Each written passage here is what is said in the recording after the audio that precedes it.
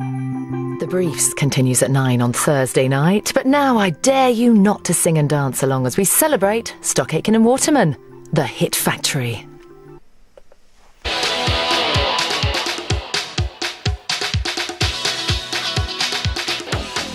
"25 years ago, the powerhouse production team of Stock Aitken and Waterman launched their record label PWL and were at the top of their game.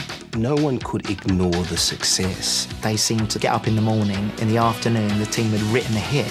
It was hit after hit after hit. It was like they had a gold wand and everything they touched just turned to gold. The year was 1987.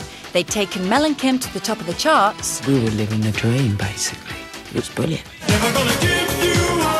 And made northern lad Rick Astley into an international superstar. Everybody thought this was a black guy from Chicago. And soon a soap star called Kylie would help turn their hit factory into a brand of British pop that for the next 3 years would dominate the charts.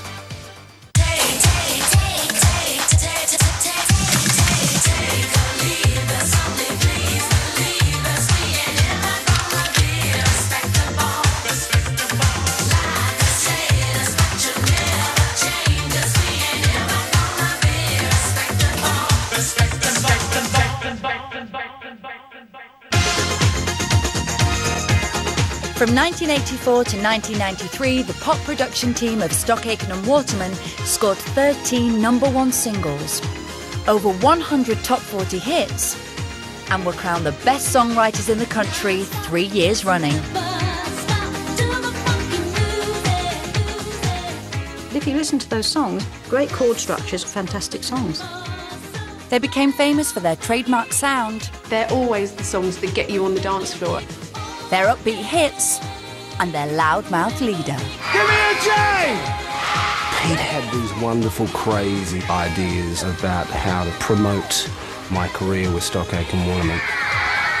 I guess the idea was to really create hysteria, really. From their studios in southeast London, they plan to take over the pop charts and create a British Motown for the 1980s. I think I actually said that very early on. This is like Tamla Motown, you know. They've got Kylie and Jason and she's their Diana Ross. Their hit factory of pop sold millions of records, delivered a fresh new wave of pop stars, and a few harsh critics. Part of the Stock Aitken Waterman experiment was to get unknown people to sing songs. Anyone with a half-decent voice could be made a pop star.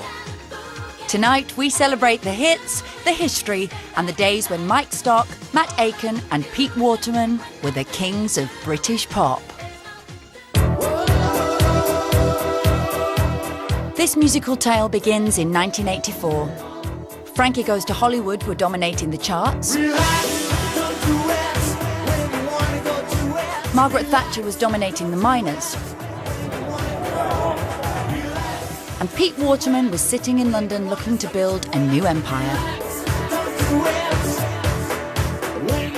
Everybody forgets, but I've been incredibly successful from 74 onwards, you know. And certainly by 83, I signed Musical Youth and we had #1 all over the world, which I produced with Peter Collins.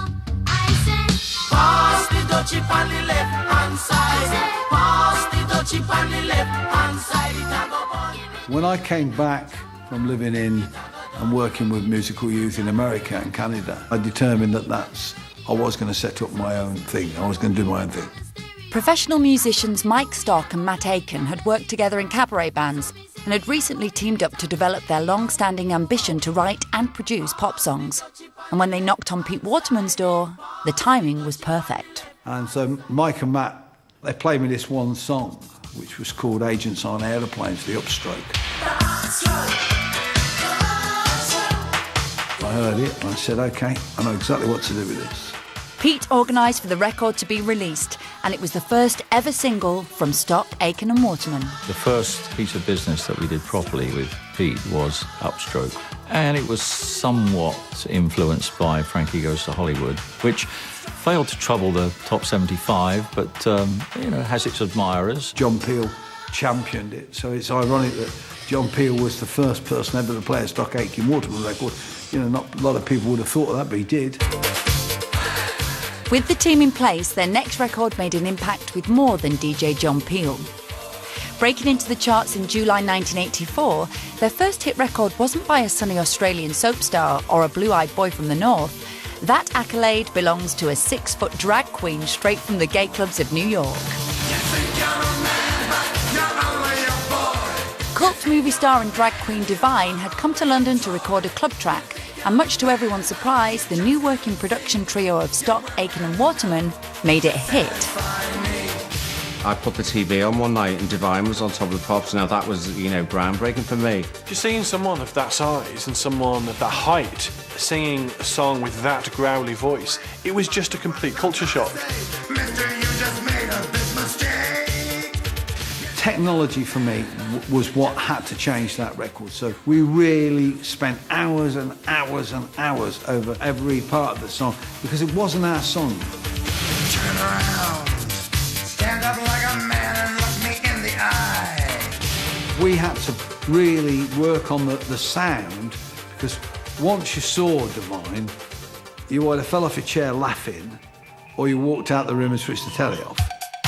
Hot from the gay clubs of London and New York, Divine's hit was part of a new era of high-tech, high-energy dance music. In those days, high energy was kind of the successor to disco. And my mother actually was a high energy disco queen and had the track So Many Men, So Little Time.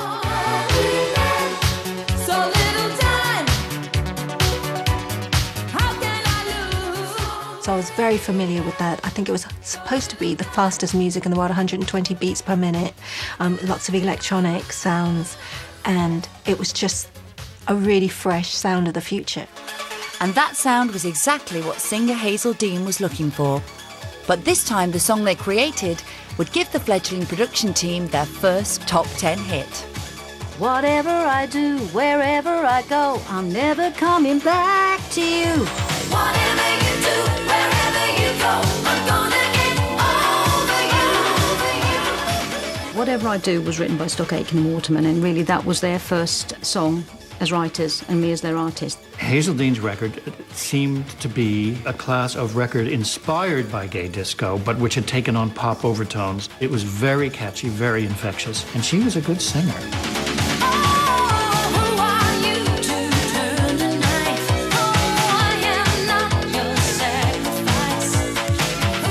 They were experimenting themselves with this sort of stuff. It was new to them. It sounded great, and they got latest technology, and it just sounded stunning. We had a little radio alarm clock at home. It used to go off at 10 o'clock in the morning, and I'd hear a lot of records, but I wasn't paying attention to them. And the first one I noticed purely for the syndromes on it was Hazel Dean's Wherever I Go, Whatever I Do. And I heard that sound, I thought, that's kind of good enough for me, really. I got this call from Pete Burns' manager, would I meet with Pete Burns? I mean, he was a fan. There was no question he knew exactly what the records were about. He knew exactly what we were trying to do. The band were writing tracks for their second album and played the producers a demo of their latest song. So he played me this song. And I went, oh my God. So what's it called? He said, Spin Me Round. I said, that's it. That's the one. The minute he heard that track, and it went right above my head, He went, press the goals, this is the number one, this is the number one. And I said, yeah, okay. And I just didn't take it seriously. But the band's record company weren't convinced that the trio's high-energy club sound was right for Dead or Alive. The record company quite bluntly said, that's just music for queers. It's not going to get anywhere. The band stuck to their guns, and when the producers revealed the final mix, everyone was excited.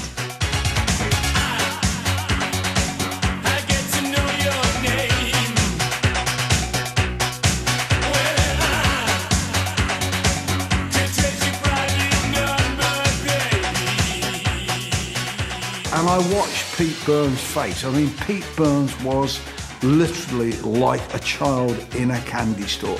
He lit up. It was just like he was singing whatever he was going to sing, and they were constructing whatever kind of track they wanted to construct. And you put them together, and the tension was amazing.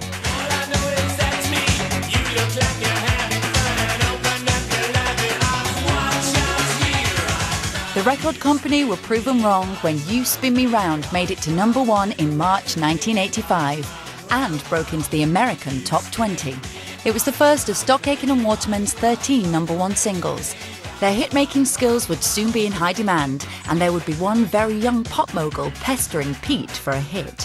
When I first met him, I was begging him to work with me on one of my artists.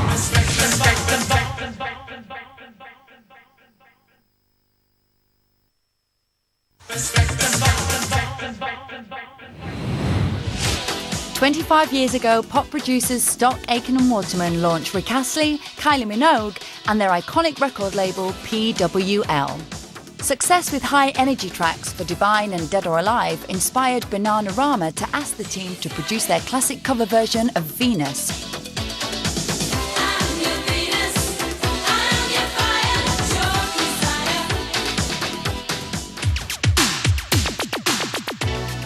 1985, as the team were setting up their new recording studio, experiments with 80s R&B sounds led to this rare track with 70s trio The 3 Degrees.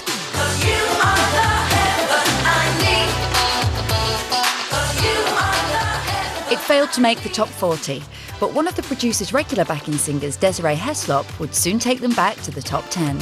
Stock Aitken and Waterman had written this song, Saying Me Number One, and had demoed it. And Pete had it in mind, I can't remember the numbers, a major artist. I think they had it set up for, I think it was DC Lee, I think, and even, gosh, who was the other? I think it was Bucks Fizz.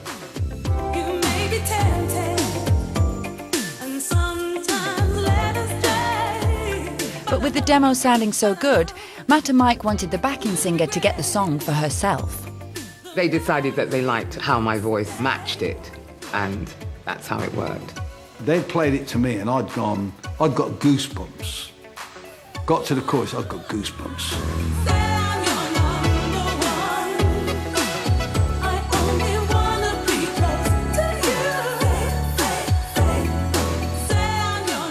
Desiree was managed by her brother Don, and before the track was released, he convinced her that he had the perfect plan to launch her career as a pop star. We have a royal family in music. We have king, we have queen, we have prince. We don't have a princess. So he said, you're going to be called princess. I said, no, I'm not, no. I said, I've got a perfectly lovely name. I don't want to be called princess. I don't need that kind of pressure. He then told Pete, and Pete's response was, well, that's a dog's name, isn't it? Princess? Princess? Princess? And Don said, don't you notice? How many times have you said it, though? If you compared it to the high energy records they'd made previously, it's worlds apart. It stood there on its own. And even now, if you listen to it, it's one of those timeless records.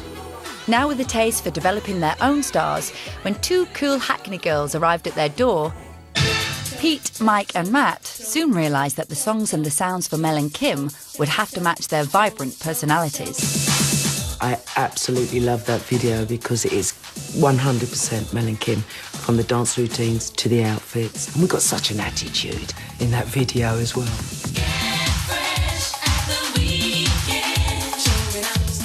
And they were, I have to tell you, larger than life. This gave us a real focus to write the songs. They gave a lot of thought with Mel and Kim to the persona. These were girls living the life, living the dream, and that came across so well in the songs. It was great that Showing That was specifically written for us, and when you listen to the verses, it's so us.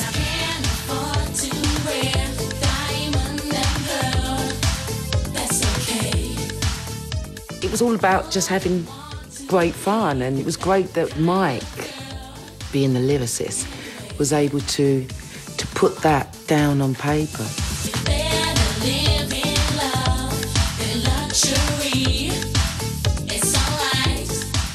People looked at them and they looked like these Paris fashion models in some of the photo shoots, but when they opened their mouths, they're these like really cool East End girls with a sense of humour. Now, as sisters growing up, did you used to like to sing and dance together? Yeah, we sing a lot together. Yeah. Well, we still do now. And I think we were very fresh at the time, but everyone was thinking, what can they do next? One-hit wonders. The public loved the cool Cockney girls, and even a tabloid revelation about Mel's past couldn't dent their popularity. You used to do a bit of modelling, didn't you? I did, yeah. I've done it for about a year or so. Bit of page 3, yeah. I remember the day we went into the studio to record the second single. We had no idea what we were going to record, and up on the screen was respectable. Take or leave us, honey, please believe us, we're never going to be respectable. It's our occupation, we're a dancing nation. We keep the pressure on every night. The Mel and Kim stuff was just full of personality and vibe and energy. I mean, on Respectable, that's us genuinely laughing between ourselves, and they would then chop it up and it'd end up on the record. For me, that's where they were really clever. In one day, it sold 50,000 copies, and in total, it sold 800,000 in the UK. I think worldwide, it did over 2 million singles. How big do you think they could become? I think they will be the female equivalent of Wham by the end of this year. It was a great time. You know, Melanie's 19, I'm 23, almost 24. We were living the dream, basically. But just 2 months later, as Respectable was topping the charts around the globe, the whirlwind success of Mel and Kim came crashing down to earth. We really found out that Mel was ill when she was in Japan. Just this persistent pain in her back, and we had to cancel all the dates. We couldn't do anything. I think we spent 2 weeks in a hotel because we couldn't move Melanie. And that's when I knew this wasn't about the dance routines. And it wasn't until we got back and she went to Bart's, and then they diagnosed her with cancer. Mel didn't want anyone to know, so we put a complete press ban on it. She just wanted to take the chemotherapy, carry on doing whatever work she could do, but did not want it exposed to the press. The story of Mel becoming ill was such a shock because she was so young, and also they did everything they could in a really noble attempt to kind of cover it up. But you're on your own today. Yep, that's Great to see you on your own. Oh, Melanie's in hospital at the moment. Oh, what's she done? Slipped disc. I'll give her a little wave. How is she? What camera are we looking into? Hi, Mel. Hi, get better soon. Mel didn't recover from her illness, and the duo never performed on stage together again. Shockingly, Mel died in January 1990, aged just 23. But her spirit still remains in the hits of Mel and Kim. By 1987, the Hit Factory studios were stepping up a gear and delivering yet more top 10 hits for Bananarama, Pepsi and Shirley, and Samantha Fox.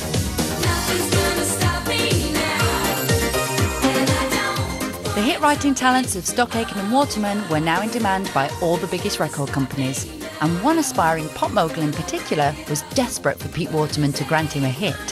I can remember the first time I met Pete. One of the most egotistical, arrogant, difficult people I've ever met in my life, but also one of the most talented.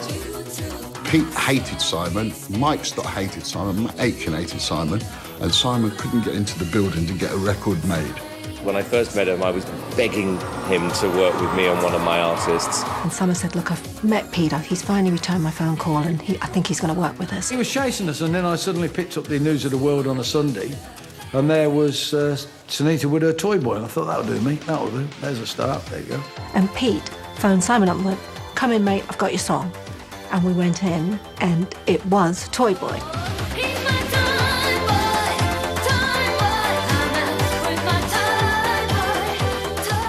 I wasn't actually signed to PWL. I was signed to Simon's record company, Fanfare, but Stock Aitken Waterman wrote my songs, some of my songs, which was genius for us because otherwise Simon and I would have had to write them, which would have been a disaster. I always thought the mix between Sunita and Stock Aitken and Waterman would be amazing. It was a relationship that worked, and I think it was great for Sunita and it was great for me. In the first 6 months of 1987, the production trio had scored 2 #1 singles and 10 top 40 hits, even making the charts themselves with the disarmingly cool dance track, Roadblock.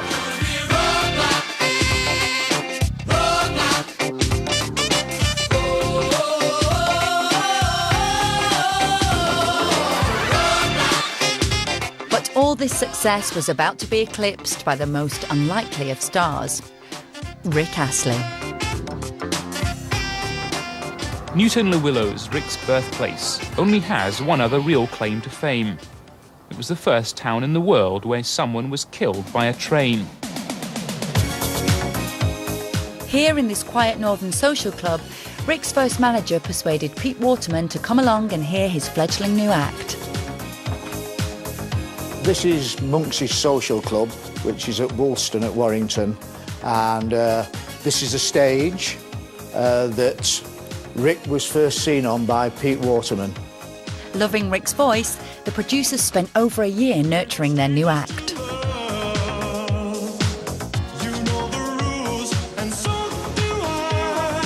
And in the summer of 1987, they were finally ready to launch the slick sounds of Rick Astley to an unsuspecting public. Suddenly everybody thought this was a black guy from Chicago, and it was a white guy with red hair from Newton the Willows. I mean, and you know, that was the shock. This was the shock. I mean, everybody believed, of course, that, you know, it was Luther Vandross doing guide vocals and we weren't telling people.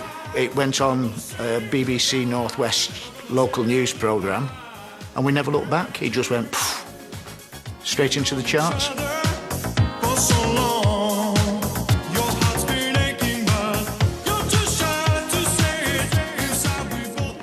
My name's Rick Astley. I've come to go on top of the Pops. Oh, fine, right. If you'd like to go over to the studio, it's Studio 1. We found out it was doing Top of the Pops, and there used to be a store called Take 6 in. There was one in Kings Road, and there was one in Oxford Street.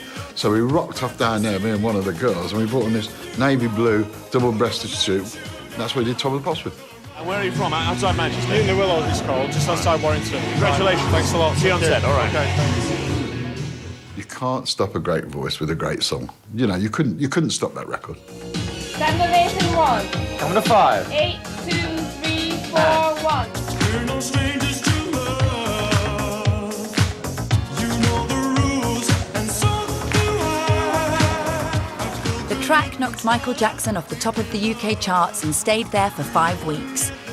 The single repeated the same trick across the globe, making #1 in 24 other countries, including America. Not only was it a shock to Rick's system, it was a shock to our system as managers. We were working from Latchford Village, above a fancy dress shop that we owned. Now and again we'd be upstairs ironing the Pink Panther costume. On the line, you'd have me or Tony talking to somebody in Japan who were doing a multi-million-pound deal for Rick. You know, it was bizarre. I was with, at the Hollywood Bowl, watching Rick, and Whitney Houston, you know, just thought he was so cute. Oh, what a love. And that was Rick, you know, that cute little dance he did. Everything was just magic about it. It just worked. Rick Astley's chart success brought the team awards and international attention, but a stroke of luck would give their new record label PWL chart domination. People were going out there and buying these records in the truckloads.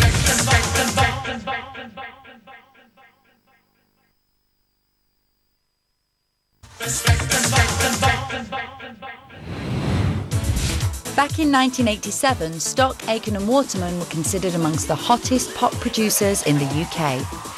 For 3 years, they'd written and produced over 30 top 40 hits, including #1 singles for Mel and Kim and a double platinum album stateside for Rick Astley.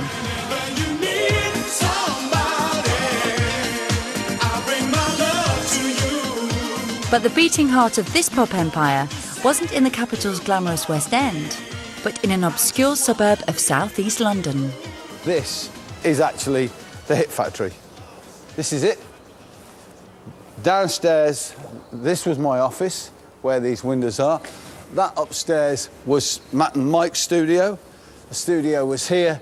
The control room was in that window. Here's the boss. Here's the boss.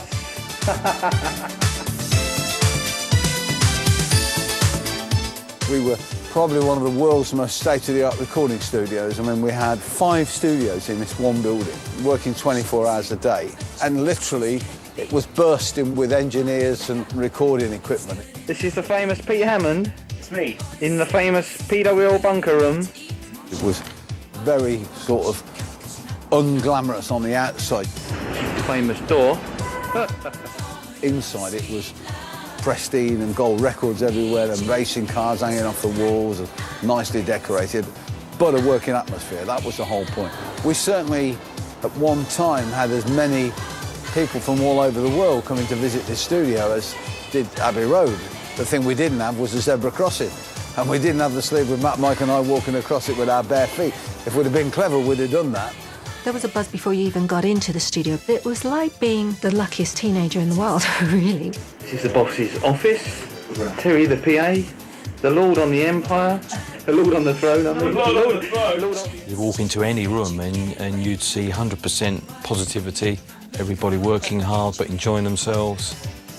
Is it on now? That's on now, you don't. Okay, then this is Mr. Phil Harding's body. And I think that's why so many artists and industry people enjoyed coming to the building. It was absolute chaos most of the time. But if you like, what I call organised chaos. And in October 1987, amidst the chaos, arrived an Australian soap star keen for a slice of hit factory pop. I got a call from Australia saying, we've got a girl called Kylie Minogue, you should see this girl. She's in a programme called Neighbours, and we'd like you to write and produce the singles. Kylie, yeah?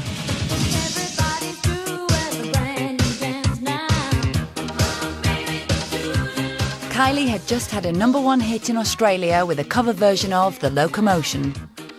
And her record company were desperate for a follow-up hit. The last thing I needed was another artist in the studio. That's the one thing I didn't need. Mushroom Records flew Kylie over without, I think very few people knew she was coming, you know? Definitely Mike Stock, Matt Aitken and Pete Waterman didn't really know. So I accepted this gig without even knowing who Kylie Minogue was. Well, don't even remember accepting the gig, to be totally honest with you. She came in reception a few times and then went out, obviously went sightseeing, shopping or whatever she was doing. After 8 days waiting, one final visit to the studios left just a few hours to record a song, but nothing had been written. It was only really Mike being such a gentleman, he wouldn't let her down. He said, no, we're going to do it.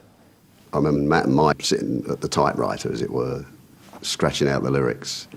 Finally got her in, they did a basic track and put her vocal on. So within, I don't know, probably 2 hours, the basic record was made. Then it was kind of buried for a while. No one did anything with it.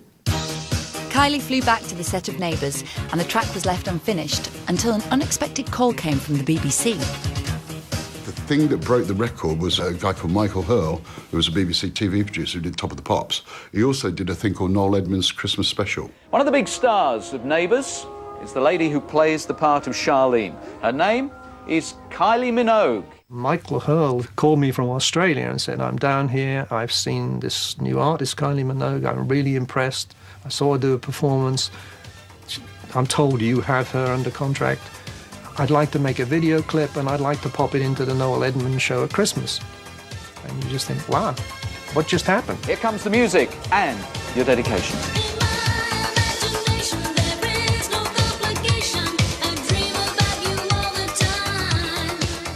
I would guess the first time Kylie heard the finished version of I Should Be So Lucky was probably on a playback as she was being filmed in Sydney. The vocal was the same, but it was everything else. The embellishments were very different, but a great pop record.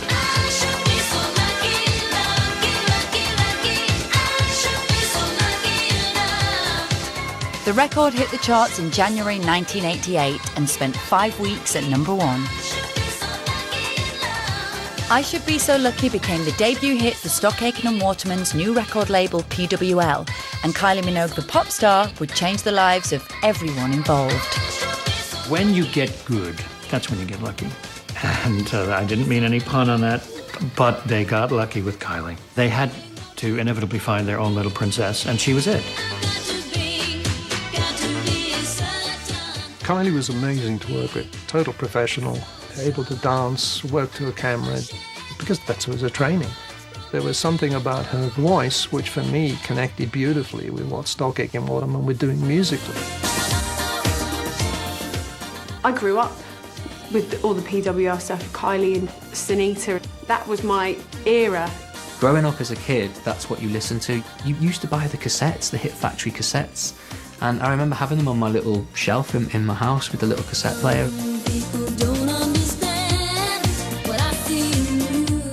With Kylie Minogue, the team had stumbled upon an untapped market for preteen pop, and the huge record sales were proof that it was a market worth pursuing. She really made an impact with the child market. You know, it was massive. The foundation to the Kylie Minogue empire was the children. Stock Aitken Waterman was selling happiness. Obviously, the TV people loved that. It was fun, youth and innocence. And that formula really captured people's imagination and interest. And with the formula working, Kylie's boyfriend Jason appeared to be the perfect addition to the hit factory. There was a feeling, certainly from David Howells at PWL, there was this guy Jason Donovan around, and he had huge potential. Jason came over to meet us, and the phone rings, and Pete Waterman says, "Is your pal Jason Donovan still around? Send him down here, we'll put his voice on." Behind the scenes, Rick Astley was reluctant to record Nothing Can Divide Us. The track was done, everything was ready. Jason went in and put his voice on it, and the rest is history.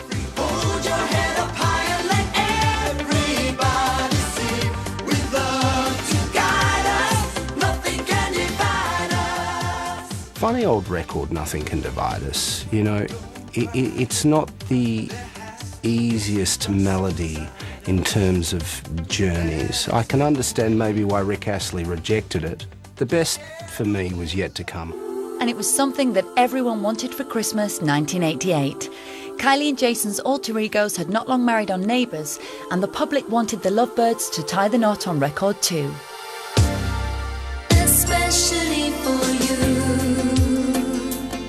I wanna let you know what I was going through.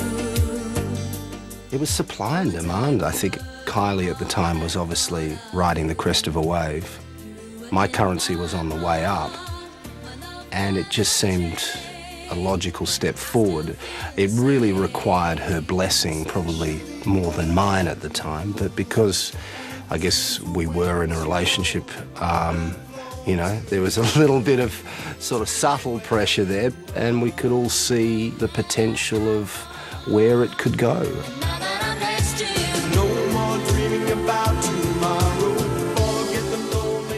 I do think as a melody, and I do think as a piece of songwriting, it's probably one of their best moments. It defines what Mike and Matt were damn good at, looking at individuals, coming up with a great melody. I mean, what a wonderful piece of writing that is.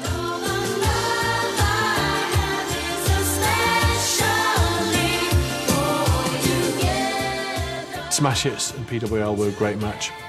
It kind of reached a peak when Smash Hits put Kylie and Jason on the cover. The week, Especially For You, went to #1, and it was the highest selling issue of Smash Hits ever. Just under 1 million copies were sold that fortnight, which is just astonishing. Where is he? Where is he? Who? Jason! Jason, was that He'd had these wonderful, crazy ideas about how to promote my career with Stock Aitken Waterman.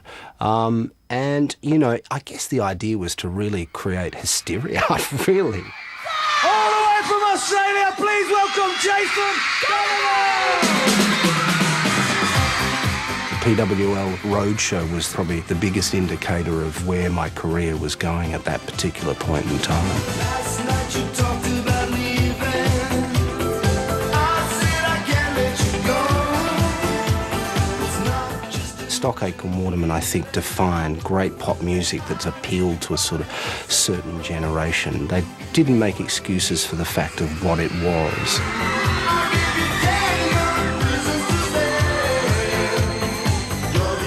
To find myself in that fold with the highest selling record of 1989, recording songs with the best producers of that time, you know, I was living the dream. By 1989, no one could ignore the success of Stock, Aitken and Waterman.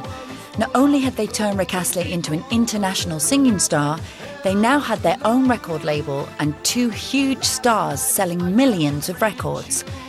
But not everyone was happy. People come up to me and go, "Oh, Stock Aitken and Waterman are cheesy rubbish, you know, anyone can write that stuff." Well, I'm sorry, you can't. Respect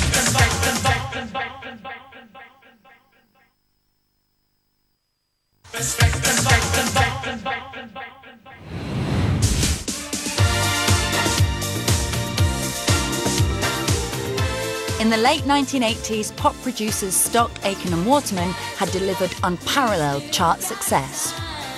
They had an incredibly long string of about 3 years where they were never absent from the chart. They turned soap stars into pop stars, taking kids off the street and straight to the top of the charts. And the record sales proved the public loved it. No one could ignore the success. People were going out there and buying these records in the truckload. The trio's hit factory of pop was now running at full capacity. The media were fascinated by their success, how it worked, and just how far these hitmakers were prepared to take it.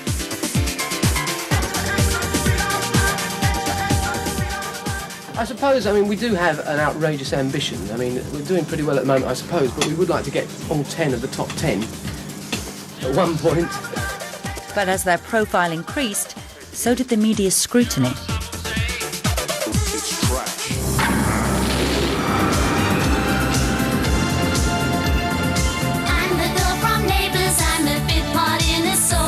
She's been very lucky, very, very lucky. The critics hated Kylie. Pete Knight said that's a bonus. If they don't like it, it's going to be successful.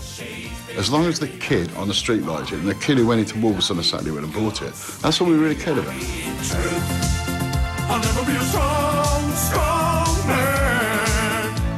I think Kylie and Rick especially struggled with it because they'd go out to the media and some, shall we say, unkind media people would say to them, well, how do you feel about being into Stock, Aitken, Waterman puppets? You know, and... Oh, I love it. Yeah. The thing is, sometimes people tend to take them as just people that press buttons and just machine whatever they're going to do, but perhaps in 20 years' time they'll sit back and say, yeah, they were geniuses. It'll take them 20 years to realise it.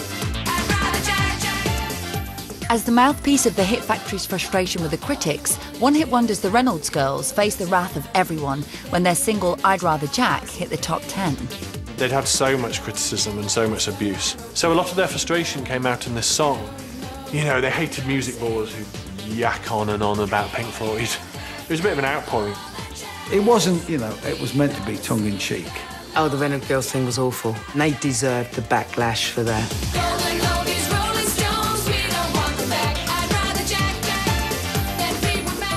I actually think it's one of their finest singles, but it wasn't existing for that reason. It was existing because they wanted to make that point.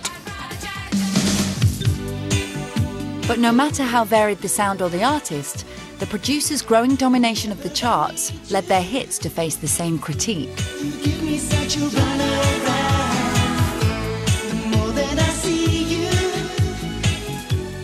People come up to me and go, oh, Stock, Aitken and Waterman, oh, cheesy rubbish, anyone can write that stuff. Well, I'm sorry you can't. It's real talent to be able to do that. Anytime you can hit the top 10 spot that many times, you're a good writer. You got what it takes. By the summer of 1989, the sounds of Stock, Aitken and Waterman continued to be the most successful in British pop. Jason had scored his third #1 of the year. Kylie's Hand on Your Heart had taken her back to the top of the charts. And when the latest kid to skip from the Hit Factory floor went straight to the top spot, it seemed almost effortless. Here she is, Sonia!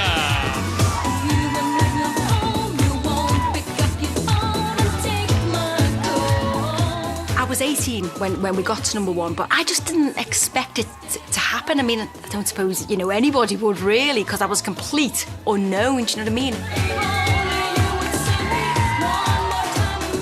I think we were all aware of the fact that, there was a bit of stick in the press, That didn't bother me at all, to be honest.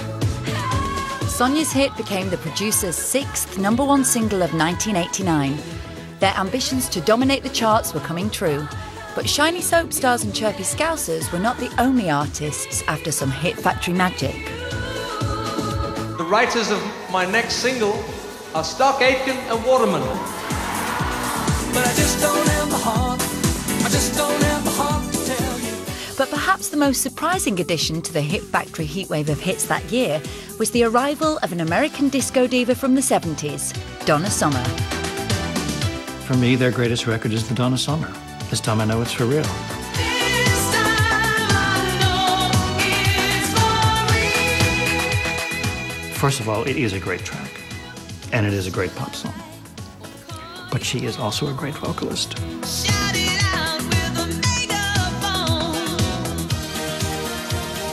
From the songs to the production, the album was a labour of love for Stock Aitken and Waterman. And as this rare footage reveals, even the image was part of the Hit Factory package that would bring Donna Summer back into the charts. You've got an exceptional singer that is slightly out of her genre, and you've got us slightly out of our genre with a special singer. So you've got just a unique album.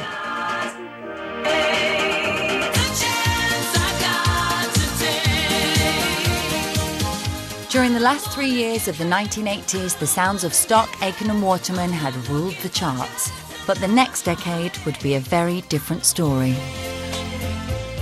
In January 1990, the Hit Factory enjoyed their 13th #1 single with Kylie's cover version of the 50s ballad Tears on My Pillow. But this would be the last ever #1 hit by the production team. You don't remember me, but I remember you.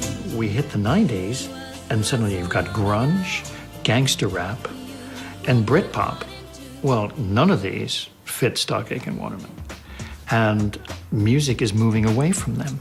Soul to Soul were coming through, Black Box. I mean, some great stuff. Snap.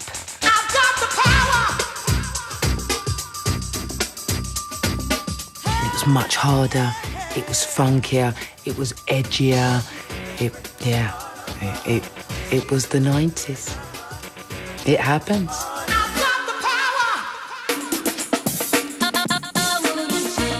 The times were changing, and so were the stars of the Hit Factory, and no more so than the little girl's favourite pop star, Kylie Minogue. The difficulty we had at that point in Kylie's career was that Kylie was obviously very aware of her sensuality and sexuality, and was reaching an age where she wanted to show that off. I guess we were like their babies, you know, and we were growing up, and to a certain degree, you know, you want to be able to control your children. But no one had control over Kylie, and her sultry new look was at odds with her young fan base. If you take a 9-year-old or an 8-year-old, they don't get it. So at that moment, you go from being the girl next door to their auntie. The all-new Kylie continued to hit the top 10, but without the young kids, the records weren't selling in the same numbers as before, and the pressures for the Hit Factory to keep its grip on the charts was felt by everyone. The truth is that Kylie and Jason became so big, they became bigger than Stock Aitken Waterman. And we couldn't deal with that. We just couldn't handle it. You know, Kylie needed another hit, Jason needed another hit. I should have sold Kylie the year before to EMI and just gone back to our roots and started again. But we had 60 staff who needed paying every month. When there was that backlash against them, I kind of thought they'd disappear for a while, and then they would come, but, you know, Pete would get his antennas on again, and they'd come back with a new sound and go, you know, it's not over yet. But obviously it didn't work that way. By 1992, the Stock Aitken and Waterman brand of pop was falling behind, and no amount of reinvention could stop Rick Astley, Sonia, Brother Beyond, and even Jason Donovan from leaving the Hit Factory fold. The team worked really hard to carry the success on in the early 90s, but it was a struggle. We'd lost Rick by then. Jason was possibly struggling after 2 albums in terms of freshening up the sound. Kylie, she wanted to move on and work with some different people. It was a difficult time, I would say, and Matt Aitken was the first one to throw the towel and say, you know, I've had enough of this. Shortly after completing Kylie's final album for PWL in 1993, Mike Stock and Kylie Minogue left the Hit Factory, and an iconic era of British pop was over.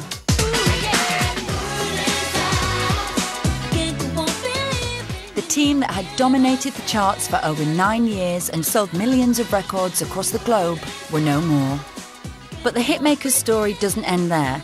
In 1994, Mike Stock and Matt Aitken reunited as a production team and produced 3 #1 singles for Robson and Jerome. Pete Waterman remained a regular face on TV and kept the flames of pop alive with the band's Steps. But the magic they created when they were Stock Aitken and Waterman remains alive to this day in their classic songs. And perhaps 25 years on, everybody can appreciate the record-breaking achievements of the Hit Factory. You know, they were beautifully crafted pop songs. No one was trying to be cool. It was about a celebration of life, and that puts a big smile on my face. The minute you heard 3 or 4 bars of a song, you know it was them.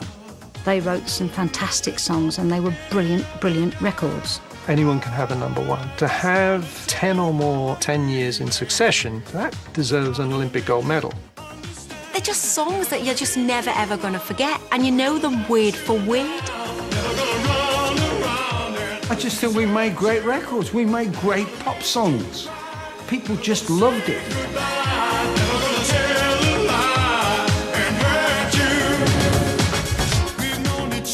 So who was singing and dancing along, eh? Now, concluding the documentary exploring the world of criminal law from the perspective of one of Britain's leading legal aid practices, The Briefs, is on Thursday at 9.